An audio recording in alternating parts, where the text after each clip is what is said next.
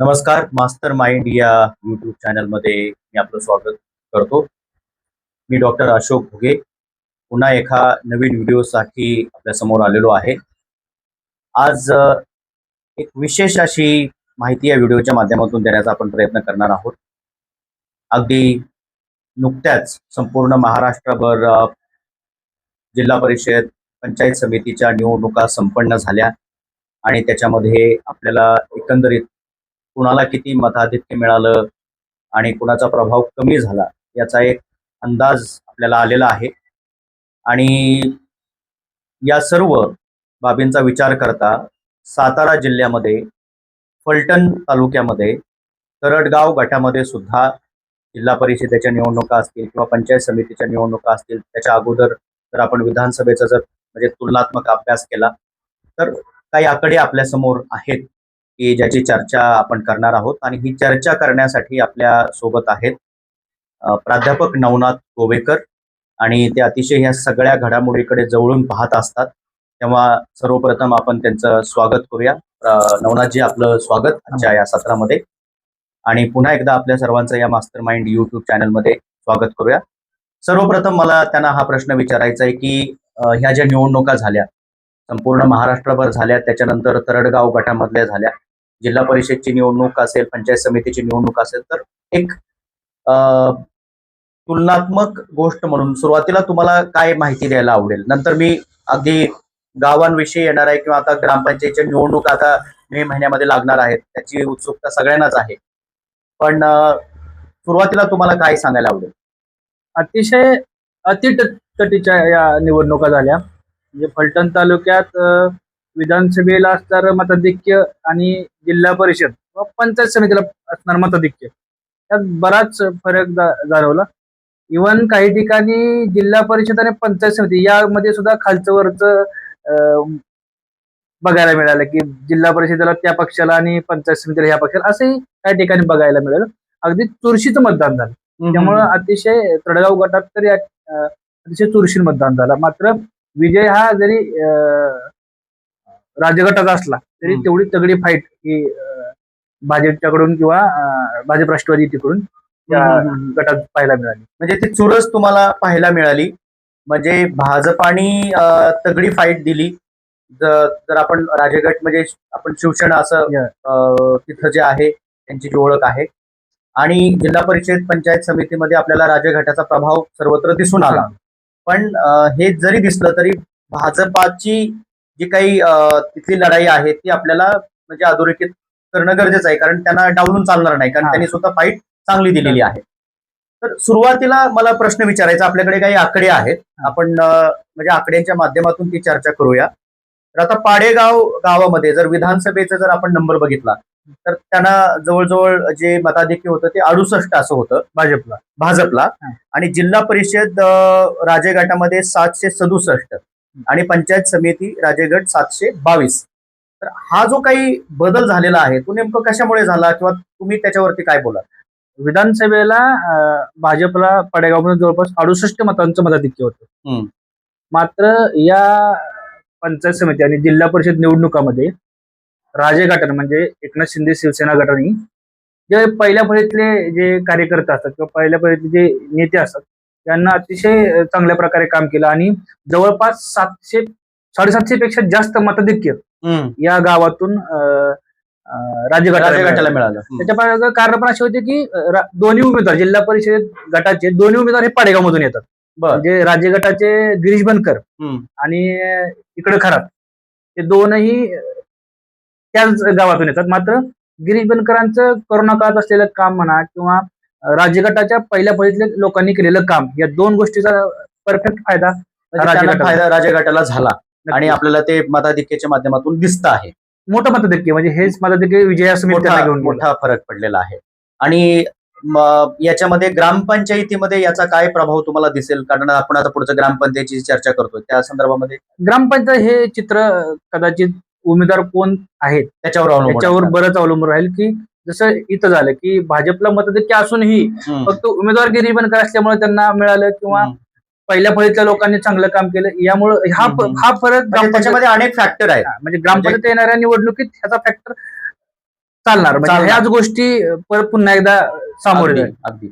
आता जसं आपण पाडेगावचं बघितलं तसं कुसूर हे एक गाव आहे आपण असं समजू, आणि त्याच्यामध्ये राजे गटाला जे मताधिक मिळालेलं होतं ते 53चं आहे विधानसभेला. हा. आणि पंचायत समितीमध्ये 37 आणि जिल्हा परिषदमध्ये 37 आणि पंचायत समितीमध्ये 256. तर आता हे याकडे तुम्ही कसं बघता, हे आकडे कसे आहेत? म्हणजे त्या गावामध्ये राजगटाचं वर्चस्व आहे हे आपण विधानसभेला पण आहे आणि राजगटाला तिथे पण आहे. भाजपाचा प्रभाव आपल्याला म्हणजे दिसून आलेला नाही. मात्र पंचायत समिती आणि जिल्हा परिषद यामधल्या मताधिक्यामध्ये खूप मोठी तफावत आहे. हा, ते महत्वाचं आहे. कारण कुसूर हे जर पाहिलं तर हे धनगर समाजाचं जास्त प्राबल्य आहे आणि जिल्हा परिषदेचा गटाचा उमेदवार हा भाजपकडून धनगर समाजाचा होता. बर. त्यामुळे जिल्हा परिषदेचं जे कमी दिसतंय राज्य गटाला, त्याचं कारण मग की लोकांना थोडस जातीय समीकरण असल्यामुळे तिथं भाजपला जास्त मतं पडली, पण त्यांना मताधिक्य घेता आलं नाही. मात्र पण प्रभाव कमी झालेला दिसला आपल्याला, म्हणजे हे नाकारता येणार नाही. अगदी तसंच पुढे जर आपण बघितलं तर मिरेवाडीचा जर आपण विचार केला, तिथं राज्य गटालाच म्हणजे विधानसभेला पण राज्य गटालाच मताधिक्य होतं. म्हणजे जवळजवळ म्हणजे तुम्ही बघा 79 मताधिक्य होतं विधानसभेला, आणि आता पण राज्य गटालाच आहे. जिल्हा परिषदेला 150 राज्य गटालाच आहे आणि पंचायत समितीला 234. तर मग ते मला असं वाटतं की तिथे तो प्रभाव त्यांनी कायम ठेवला. तिथे कुसूर सारखीच परिस्थिती आहे की प्राबल्य समाजाचं एखाद्या असल्यामुळं तो उमेदवार लोकांनी जिल्हा परिषदला दिलं. त्यामुळं थोडीशी आकडेवारीमध्ये जिल्हा परिषद आणि पंचायत समिती राज्य गटाला थोडीफार कमी जास्त आहे. मात्र मताधिक्य मात्र राज्य गटाकडे मिरेवाडीतून तिथे त्यांनी ते मेंटेन केलेलं आहे. तिथेही पहिल्या फळीतल्या लोकांना चांगलं काम राज्य गटाला तिथेही त्यांना हे खूप इंटरेस्टिंग आहे. म्हणजे ज्यावेळेस आपण आता सुरुवातीला बघितलं पाडेगाव असेल किंवा कुसूर असेल, मिरेवाडी असेल, आता त्याच्या पुढचं जे गाव आहे ते रावडी खुर्द. आता इथे मात्र तुम्हाला बदल आहे, कारण इथे भाजपाला 78 मताधिक्य होतं विधानसभेला. अगदी बरोबर. पण जिल्हा परिषदेमध्ये राजेगट 297 आणि पंचायत समितीमध्ये 303. म्हणजे हा जो बदल दिसतोय तर तो समजून घेणं मला असं वाटतं की महत्वाचं आहे. विधानसभेला राजगटाचे जे नेते आहेत श्रीमंत रामराजे नाईक निंबाळकर हे तेवढे त्यांचं बाहेर पडतं त्यांना नाही टेक्निकल गोष्टींमुळे. मात्र यावेळेस ते मैदानात उतरले होते. त्याचा परिणाम तुम्हाला काही गावात दिसेल. रावडी सारख्या गावात पण त्यांना प्रभावी काम केलं. बऱ्याच ठिकाणी त्यांचा जो आहे त्यांची ताकद तिथं तुम्हाला पाहायला मिळेल. त्यामुळे भाजपचं जे मताधिक्य होतं ते मात्र यावेळेस त्यांना जिल्हा परिषद पंचायत समितीला कुठेतरी आपलं करून घेतलं आणि राज्य गटाने तिथं आघाडी घेतली. आणि मोठा फरक आहे. म्हणजे तसं जर बघितलं आपण की विधानसभेच्या आणि इकडे जर आपण बघितलं तर 297, 303 आणि तो प्रभाव आपल्याला त्याच्यातून दिसतो. आता हा जो भाग झाला तो रावडी खुर्दचा झाला. तर रावडी बुद्रुक मध्ये सुद्धा परिस्थिती तशीच दिसते. भाजपला 133 मताधिक्य विधानसभेला मिळालेला आहे. पुन्हा जिल्हा परिषद मध्ये जर आपण बघितलं तर राजे गटाने परत प्रभाव तिथं पाडलेला आहे. 255 जिल्हा परिषदमध्ये आणि 145 पंचायत समितीमध्ये. त्याच्याकडे तुम्ही कसं पाहता? तेच जसं रावडी बुद्रुक खुर्दला होतं तसंच रावडीला पण झालं की भाजपला विधानसभेला चांगलं भाजप आणि मित्रपक्ष असं तो राष्ट्रवादीचा उमेदवार होता भाजप आणि मित्र पक्षाचा. पण माजी खासदार रणजित नाईक निंबाळकर यांच्या नेतृत्वाखाली ती निवडणूक झाली होती. म्हणजे अगदी भाजप राष्ट्रवादीच्या युतीला विजयही मिळाला. पण तो जो मताधिक्य आहे ते पुढे जाता आलं नाही, कारण इथं राज्य गटानं पुन्हा एकदा आपला करिश्मा सिद्ध दाखवलेला आहे. म्हणजे मी तेच म्हणतोय की हा जो बदल आहे किंवा प्रभाव आहे तर अटीतटीचा हा प्रभाव तुम्हाला जी एक ठसल म्हणतो आपण ती आपल्याला बघायला मिळते. म्हणजे भाजपामध्ये राज्य गटामध्ये मताधिक्याच्या बाबतीमध्ये जर आपण बघितलं तर आता मुरुमचा जर आपण विचार केला तर तिथे सुद्धा भाजपाला विधानसभेला 25 मताधिक्य होतं. परंतु जर पुढे बघितलं तर ते त्यांनी सस्टेन केलेलं दिसतंय. जिल्हा परिषदमध्ये त्यांना 80 मताधिक्य मिळालं आणि पंचायत समितीला 124. इथं मात्र तुम्हाला तो प्रभाव कमी दिसतोय राज्य गटाचा, तो बदल झालेला दिसत नाही. तर मग तुम्ही कसं पाहता त्याच्या? मुरुम मध्ये भाजपनं आपलं वर्चस्व कायम ठेवलं. अतिशय चांगल्या प्रकारे काम त्याचं मुरुम मध्ये झालं. स्थानिक नेत्यांना मुरुमच्याही चांगलं काम केलं. त्यामुळं मुरुम मधलं भाजपचं मताधिक्य वाढलं. राज्य गटाला तिथं जास्त शिरकाव करता आला नाही. हे मताधिक्य भाजपनं वाढवलं. म्हणजे तिथं चांगलं कार्य झालं, नियोजनबद्ध काम झालं. बर. आता तशीच परिस्थिती आपल्याला पुढच्या गावामध्ये दिसते, खामगावामध्ये. जे खामगाव आहे त्याच्यामध्ये भाजपाला 656चं मताधिक्य विधानसभेला होतं हा. आणि ते त्यांनी सस्टेन केलेलं दिसतंय. किंवा जिल्हा परिषद भाजप जर आपण बघितलं तर 324चं मताधिक्य आहे आणि पंचायत समितीला 392 आहे. म्हणजे जशी मुरुमची परिस्थिती होती तशीच आपल्याला खामगावमध्ये सुद्धा पाहायला मिळते. भाजपला खामगावमध्ये मतधिक्य मिळालं, मात्र कुठंतरी विधानसभेपेक्षा जिल्हा म्हणजे तो परिषद आकडा कमी झाला. कुठंतरी तो कमी झाला. हे राजे गटाच्या विचारात, म्हणजे राजे गटाच्या बाजूने बघितलं तर त्यांचा फायदा झाला. मात्र भाजपला हिथं मतधिक्य नक्की मिळालं, मात्र ते कुठेतरी घडताना मात्र भाजपला थोडंसं काम करण्याची आवश्यकता आहे. त्याच्यातून म्हणजे आकडे आपल्याला तशा पद्धतीने सांगतात किंवा संकेत देतात की त्यांनी काम करण्याची गरज आहे. आता तडवळे गावाचा जर आपण विचार केला तर तिथे पण जर बघितलं तर भाजपाला 238 असं मताधिक्य होतं विधानसभेला आणि पुढे जिल्हा परिषदमध्ये सुद्धा त्यांनी तो प्रभाव दाखवला. पण त्याच्यावरती भाष्य करणं गरजेचं आहे. जिल्हा परिषदमध्ये भाजपाला 295 आणि पंचायत समितीमध्ये 501 मताधिक्य मिळालं. तर मग हे कसं आपण त्याचं विश्लेषण करू? जर बघितलं तुम्ही तर तडवळे या गावातून जिल्हा परिषदसाठी जास्त मतदान दिसत नाहीये आणि पंचायत समितीला मात्र भाजपला जास्त मताधिक्य आणि 500 पंचायत समितीला तडवळेचा स्थानिक उमेदवार होता. अमोल खराडे हे भाजपकडून उभे होते. ते त्यांचं गाव असल्यामुळे पंचायत समितीला त्यांना मताधिक्य मिळालं. मात्र त्यांना आपल्याला जो पॅनल टू पॅनल मतदान ज्याला म्हणतो की गटाला तेवढं मतदान देता आलं. म्हणजे अपेक्षित असं होतं की जेवढं मतदान अमोल खराडेंना होईल तेवढं गटाच्या उमेदवाराला व्हायला पाहिजे होतं भाजपच्या. ते कुठंतरी कमी झालं. भाजपकडे आघाडी राहिली, मात्र तडावळेचा स्थानिक उमेदवार असताना पण गटाच्या उमेदवाराला मताधिक्य तेवढं मिळालं. अच्छा, म्हणजे हाच तो बदल आहे किंवा प्रभाव आहे. नेमकं काय घडलं, त्याच्यामध्ये जनतेच्या काय अपेक्षा होत्या किंवा आता त्याचा या सगळ्या गोष्टींचा प्रभाव ग्रामपंचायतीच्या निवडणुकीवर कसा होणार आहे हे आपल्याला खरं तर ते लक्षात ठेवावं लागणार आहे. आता खराडेवाडीच्या बाबतीमध्ये इथे मात्र राजे गट आपल्याला दिसतोय. विधानसभेचं जे मताधिक्य ते 47 आहे. जिल्हा परिषदेमध्ये 221 आणि पंचायत समितीमध्ये अगदीच 5. तर हे मात्र इंटरेस्टिंग आहे. तर तुम्ही त्याच्याबद्दल थोडी माहिती द्या. तिथेही त्याच प्रमाणे बघावं लागेल की जर ह्याचं बघितलं खराडेवाडीचं तर राज्य गटाला विधानसभेला कमी मताधिक्य होतं, मात्र ते 47 मतांचं मताधिक्य होतं. बरोबर. मात्र यावेळेस राजे गटानं ते मताधिक्य वाढवलं. जिल्हा परिषद उमेदवारासाठी म्हणजे गटाच्या उमेदवारासाठी 200च्या पेक्षा जास्त मतं गटाला मिळाली. मात्र पंचायत समितीच्या उमेदवाराला तिथं स्थानिक उमेदवार हे जवळच्याच तडवळे गावात नसल्यामुळे पंचायत समितीला मात्र त्यांना फारसं मताधिक्य मिळालं. मताधिक्य मिळालं पण जेवढं अपेक्षित आहे तेवढं नाही मिळालं. 200+ हे तुमच्या जिल्हा परिषद उमेदवाराला मिळत आहे आणि अगदी सिंगल डिजिट मध्ये तुम्ही पंचायत समिती तुम्हाला मताधिक्य मिळतं. म्हणजे कुठंतरी पॅनल टू पॅनल तिथे तुम्हाला पाहायला मिळतं. आता खराडेवाडीमध्ये मात्र जर आपण आता बघितलं खराडेवाडीचं आपण चर्चा केली की कशा पद्धतीने इथे पंचायत समितीमध्ये जे मताधिक्य ते आपल्याला कमी झालेलं दिसलं.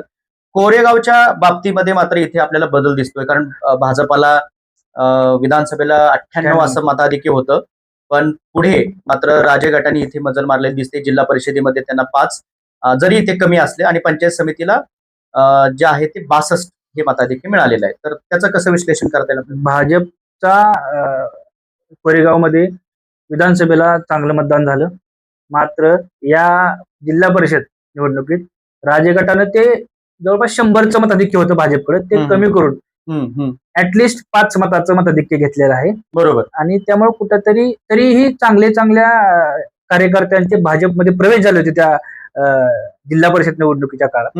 मात्र तरीही फारसं भाजपला तिथं लीड घेता आलं नाही, इव्हन घेताच आलं नाही. अगदी राजगटाने तिथं 5 का होईना मताचं. पण त्याची काय कारण असू शकतात? हे कशामुळे झालं असं तुम्हाला वाटतंय? काय विधानसभेला जी प्रचार यंत्रणा होती राज्य गटाची आणि जी आता जिल्हा परिषद, त्यात बराच मोठा फरक होता. त्याचा कुठेतरी परिणाम हा पाहिला. म्हणजे प्रचार यंत्रणा, एकंदरीत नियोजन किंवा नीती याच्यामध्ये थोडा फरक पडल्यामुळे हे चित्र तुम्हाला पाहायला मिळालं. ग्राउंड लेवलवर काम केल्यासारखं इथं जाणवलं. नाही, आता हा जो पार्ट झाला तो आपण जर बघितला तर कोरेगावचा म्हणजे आपण चर्चा केली. कापडगावच्या केसमध्ये भाजपला 283 असं मताधिक्य होतं आणि ते पुढे त्यांनी सस्टेन केलेलं आहे. जिल्हा परिषदेमध्ये त्यांना परत 206 आणि पंचायत समितीमध्ये 126 आहे. इथं मात्र तुम्हाला राजेगटाचा प्रभाव दिसत नाही. तर तुम्ही कसं पाहता त्याच्याकडे? कापडगावमध्ये आधीपासून म्हणजे आता जर विधानसभा बघितली तर भाजपला बऱ्यापैकी मानणारा वर्ग आहे, भाजपला सपोर्ट करणार आहे. त्यामुळे विधानसभेला पण आणि जिल्हा परिषद पंचायत समितीला पण भाजपच्या बाजूनं त्यांचा कल राहिला. भाजप तिथं मतदान घेण्यात यशस्वी झालं, त्यांची रणनीती तिथं कामाला आली आणि नक्कीच त्याचा फायदा भाजपला झाला आणि तिथं त्यांना मताधिक्य मिळाला. आता महत्वाचा एक घटक किंवा गाव आपण ज्याला आपण तरडगाव म्हणतो, त्याच्यामध्ये राजेगट विधानसभेचं जे मताधिक्य आहे ते 532 आणि जिल्हा परिषद याच्यामध्ये भाजपाला 32 आणि पंचायत समिती परत राजेगटाला 452. तर हे जे आकडे आहेत ते काय सांगतात? तरडगावच्या बाबतीत तुम्ही जर बघितलं खूपच चित्र वेगळं आहे. म्हणजे विधानसभेला जे उमेदवार होते राजेगटाचेच माजी आमदार दीपक चव्हाण त्या गावातून येतात. बरोबर. त्यामुळे स्थानिक त्यांचा तसा तिथं आहे आणि त्यामुळे त्यांना तिथं मताधिक्य मिळलं होतं. जवळपास 532 मतांचं राजगटाला मताधिक्य मिळालं होतं विधानसभेला. बरोबर बरोबर. मात्र या जिल्हा परिषद निवडणुकीमध्ये जे जिल्हा परिषदेचे उमेदवार आहेत गटाचे, गिरीश बनकर यांना या गावातून जे मतदान झालं ते कुठेतरी बॅकवॉटर गेलेलं दिसतं. म्हणजे अगदी फक्त 32 मतांनी भाजपने तिथं लीड घेतली. फक्त 32 म्हणजे जास्त काय फरक नाही.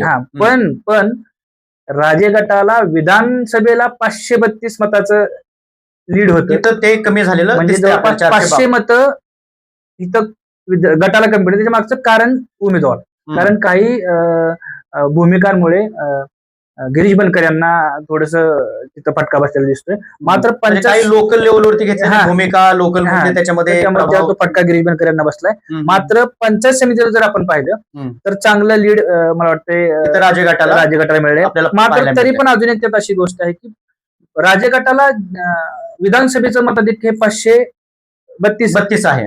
पंचायत समितीला जर मतदान तुम्ही जर पाहिलं, मताधिक्य पाहिलं तर ते 452 म्हणजे जवळजवळ कमी झालंय. 110च्या आसपास ते कमी झालंय. जरी कागदावर आत्ताच्या याला ते जास्त दिसतंय, आपल्याला मताधिक्य दिसतंय, पण प्रभाव कमी झालेला दिसतो. पण ह्याची यंत्रणा जर त्यात प्रभावी अजून काम केलं तर त्यांचं ते मताधिक्य वाढू शकतं. म्हणजे 400 सध्या तरी ते उमेदवार चा थोडासा प्रॉब्लेम असल्यामुळे तिथं त्यांना गटाला कमी पडलं. पंचायत समितीला त्यांना राजगटाला चांगलं मतदान मिळालं. आता माळेवाडीच्या बाबतीमध्ये जर आपण विचार केला की राजेगट 52 मताधिक्य आपल्याला विधानसभेला आहे.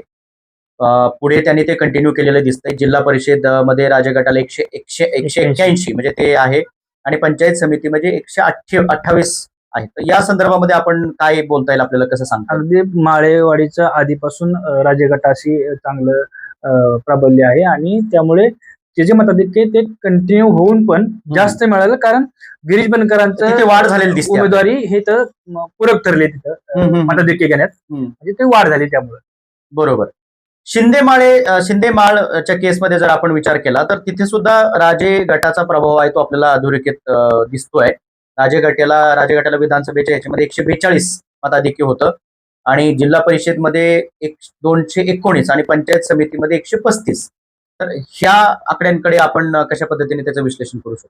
माळेवाडीमध्ये सुद्धा गिरीश बनकर यांची उमेदवारी पूरक ठरली असं म्हणावं लागेल. पण तिथे जर तुम्ही पंचायत समितीची आकडेवारी पाहिली तर राजगटाला कुठेतरी फटका बसलेला दिसतोय. बरोबर. कारण तिथं काही लोकांनी भाजपला दिला आहे पंचायत समितीला आणि काही लोकांनी गिरीश बनकर यांना निवडले. त्यामुळं फरक जो आहे तो ऍक्च्युली त्यामुळे पडलेला आहे तो की पंचायत समितीला अगदी 100च्या 135च्या आसपास काहीतरी तो आकडा आहे आणि जिल्हा परिषदला मात्र तुम्हाला 219 मताचं मताधिक्य. बरोबर. त्याच्या मागचं कारण आहे की म्हणजे हे शिंदेमाळच्या केसमध्ये आपण बरोबर. म्हणजे शिंदेमाळमध्ये जर तुम्ही म्हटल्याप्रमाणे जिल्हा परिषदला 219 आणि पंचायत समितीला 135, हा फरक त्याच्यामुळेच आहे. गिरीश बनकरांच्या उमेदवारीला लोकांनी पसंती दिली आणि इकडं जो तुमचा स्थानिक उमेदवार आहे म्हणजे अगदी पंचायत समिती उमेदवार आहे त्याला मात्र काही लोकांनी भाजपला पसंती दिली, त्यामुळे ते कमी झालं. मताधिक्य मात्र राजगटाकडे राहिलं. बरं.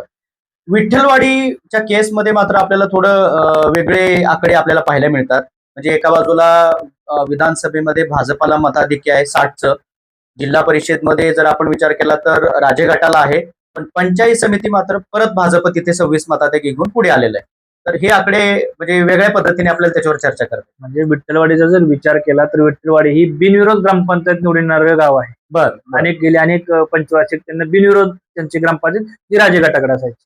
मात्र मधल्या काळात त्यांच्यातले बरेच युवकांचा म्हणा किंवा अनेकांचा भाजपमध्ये प्रभाव वाढला आणि त्याचा परिणाम म्हणजे विधानसभेला भाजपला विठ्ठलवाडीतून लीड मिळालं. म्हणजे हे सगळं युवकांची एक वेगळी रणनीती किंवा त्यांचा प्रभाव, मतदानामध्ये झालेली वाढ, ह्या सगळ्या गोष्टींचा तिथे परिणाम आपल्याला दिसून विधानसभेला आला. विधानसभेला. तसंच आता विठ्ठलवाडी पाहिलं तर माळी समाजाचं जास्त प्राबल्य. बर. आणि जिल्हा परिषद गटाला गिरीश बनकरे माळी समाजातून येत असल्यामुळे तिथं त्यांना मतदान होणं अपेक्षित होतं आणि ते तसंच झालं. तसंच राज्य गटाला जिल्हा परिषदला जिथं जवळपास 69 मताचं लीड. पण मात्र जर पंचायत समितीला बघितलं तर तिथं भाजपला लीड आहे. बरोबर. म्हणजे भाजपच्या विचाराच्या लोकांनी पण गिरीश बनकरांना पसंती दिली आणि ते मताधिक्य थोडंसं कमी आलं. कारण तुमच्या विधानसभेला भाजपकडे मताधिक्य, याचा अर्थ ते भाजपलाच वाढायला पाहिजे होतं. मात्र जिल्हा परिषदला गिरीश बनकरांना पसंती दिली, त्यामुळे राज्य गटाला प्राबल्य. आता डोंबाळवाडीच्या बाबतीमध्ये जर आपण विचार केला तर भाजपाला 41 मताधिक्य होतं, पण जिल्हा परिषदे मात्र राजे गटाने तिथे मजल मारलेली दिसते. 136 मताधिक्य त्यांना मिळालंय आणि पंचायत समितीमध्ये 184 आणि ते दोन्ही राजे गटाकडे आहे. तर आता भाजप टू राजेगट हा प्रवास कसा झाला आणि कसा सांगते? पुन्हा तेच की स्थानिक नेते किंवा जे पहिल्या फळीतले जे कार्यकर्ते असतात त्यांना चांगलं काम केलं. यावेळेस स्वतः रामराजे, श्रीमंत संजीवराजे असतील, त्या सगळ्यांना, माझे आमदार दीपक चव्हाण असतील, ह्या सगळ्यांना ऑन फील्ड आल्यामुळं त्याचा परिणाम छोट्या छोट्या गावांमधून त्यांनी पॉकेट जमा केली आणि ती त्यांना यशाकडे घेऊन गेली. म्हणजे याच्यामध्ये असं लक्षात येतंय की कुठलंही गृहीतके अगोदर मांडता येत नाहीत. म्हणजे जो जास्त प्रयत्न करेल त्याला जास्त यश मिळेल, ह्या मला वाटतं जिल्हा परिषदच्या आणि ग्रामपंचायतच्या त्या निवडणुकांमधून दिसत आहे. कारण विधानसभेला सर्वत्र भाजप, पण नंतर ते चित्र पुढे सस्टेन होताना आपल्याला दिसत नाही. म्हणजे लोकलचे काही डिसिजन असतील किंवा काही वेगवेगळ्या रणनीती असतील, युवकांचा प्रभाव असेल किंवा राजे गटाने घेतलेली जी मेहनत असेल, ह्या सगळ्या गोष्टींचा प्रभाव तुम्हाला दिसतोय ह्या सगळ्या निवडणुकींवरती. नक्कीच. बर. आता म्हणजे डोंबाळवाडीच्या नंतर काळज हे एक गाव आहे आणि काळज मध्ये जर आपण बघितलं तर परत तिथे असंच आपल्याला गणित दिसतंय. भाजपाला विधानसभेमध्ये 151चं जे मताधिक्य त्या तिथे मिळालेलं होतं, परंतु राजे गटामध्ये जिल्हा परिषदमध्ये 135 आणि पंचायत समितीमध्ये 176 राजे गटाला मिळालेलं आहे. तर त्याचं विश्लेषण आपल्याला कसं करता येईल? काळज मधल्या स्थानिक नेत्यांनी, स्थानिक कार्यकर्त्यांनी अतिशय प्रामाणिकपणे काम केलं राज्य गटाचं आणि त्याचं फलित त्यांना जिल्हा परिषद पंचायत समिती उमेदवारांच्या मतातून मिळालं. अतिशय चांगलं काम केल्यामुळे त्यांना तिथं त्यांना यश, म्हणजे कार्यकर्त्यांचं यश म्हणून त्याच्याकडे पाहता येईल. 100% कार्यकर्त्याचा प्रामाणिकपणा, त्यांची तिथे असलेली मेहनत, जनतेशी असलेला संवाद आणि लोकल पातळीवर असलेला कनेक्ट, ह्या सगळ्या गोष्टींचा प्रभाव तुम्हाला 100%. काळेजमध्ये मताधिक्य म्हणजे 150चं लीड तोडून 135 लीड, म्हणजे जवळपास 300 मतांची जरी म्हणलं आपण तरी वावगं ठरणार. कव्हर करणं हे यश मिळाले ते फक्त तिथल्या लोकांच्या, स्थानिक नेत्यांच्या कामामुळे किंवा त्याच्यामध्ये ते फरक मिळाला. चव्हाणवाडी मध्ये जर आपण विचार केला तर इथे मात्र तुम्हाला बदल दिसतोय. राजे गट 19 हे विधानसभेचं जे आहे ते मताधिक्य आहे आणि जिल्हा परिषदला भाजपाने 298 पर्यंत मजल मारली आहे आणि पंचायत समितीमध्ये सुद्धा जवळजवळ 255 हे मताधिक्य त्यांना मिळालेलं आहे. तर चव्हाणवाडीमध्ये भाजपाचं कौतुकच करावं लागेल. कारण भाजपने जी रणनीती आखली, जी पक्ष प्रवेश केले, जी लोक आपल्याकडे घेतली, आपला पक्ष वाढवला, त्याचं फलित मात्र चव्हाणवाडीत भाजपला मिळालं आणि त्यांना तिथं त्यांचं अगदी यशस्वी रणनीती त्यांना तिथं काम. राजे गटाला तिथं 19 मतांचं मताधिक्य होतं विधानसभेला, मात्र 200-300 जवळपास मताधिक्य हे तुम्हाला जर 300 मतांचा टप्पा हे मिळवणं भाजपनं अतिशय चांगलं काम केलं तिथं आणि त्यामुळे त्यांना तो मताधिक्य मिळवण्यात यश आलं. त्याचा परिणाम त्यांना त्या गावातून कार्यकर्त्यांच्या आणि पक्षाच्या रणनीतीमुळे त्यांना तो पाहायला मिळाला. अतिशय चांगल्या पद्धतीने हे सगळं विश्लेषण आपण केलेलं आहे. म्हणजे संपूर्ण महाराष्ट्रामध्ये सातारा जिल्हा आणि सातारा जिल्ह्यामध्ये फलटणमध्ये तरडगाव, हे सगळे जे गट आहेत किंवा मतदारसंघ आहे ते कायमस्वरूपी चर्चेमध्ये राहिलेले आहेत आणि तिथे जर आपण बघितलं तर ही अटीतटीची लढाई तुम्हाला कायमस्वरूपी पाहायला मिळते. मग आपण ती विधानसभेपासून पाहिली, त्याच्यानंतर जिल्हा परिषद, त्याच्यानंतर पंचायत समिती, या सर्व प्रक्रियेमध्ये आपल्याला ती उत्सुकता लोकांमध्ये होती आणि ती चुरस म्हणजे भाजप असेल, राजगट असेल किंवा इतर जे काही लढाई त्याच्यामध्ये जे पक्ष होते ते आपल्याला पाहायला मिळाली. आणि या सर्व पार्श्वभूमीवरती आता मात्र फलटणवासियांचे किंवा तरडगाव म्हणजे जर आपण विचार केला तरडगाव असेल किंवा बाकीची जी गावं आहेत, विठ्ठलवाडी असेल, माळेवाडी आहे, पुन्हा डोंबाळवाडी आहे, काळज आहे, ही सगळी जी गावं आहेत, तर या सगळ्या गावांची आता ग्रामपंचायतीची निवडणूक पुढे येणार आहे. ठराविक गावांची निवडणूक आता लागेल त्याच्यामध्ये, म्हणजे ह्या सगळ्या गावांमध्ये आपण ते आता डिक्लेअर होईलच. आणि गटाचा विचार केला तर आता गटामध्ये जो उमेदवार विजयी उमेदवार आहे तो राजगटाचा आहे, म्हणजे जिल्हा परिषद सदस्य राजगटाचा आहे आणि दोन्ही पंचायत समिती सुद्धा राजगटाकडे आहे. राजगट त्यामुळे इथं सध्या तरी या गटावर प्राबल्य हे राजगटाचं दिसतं. बरोबर. त्यामुळे आता मात्र ग्रामपंचायतला भाजप यातून परत सावरणार का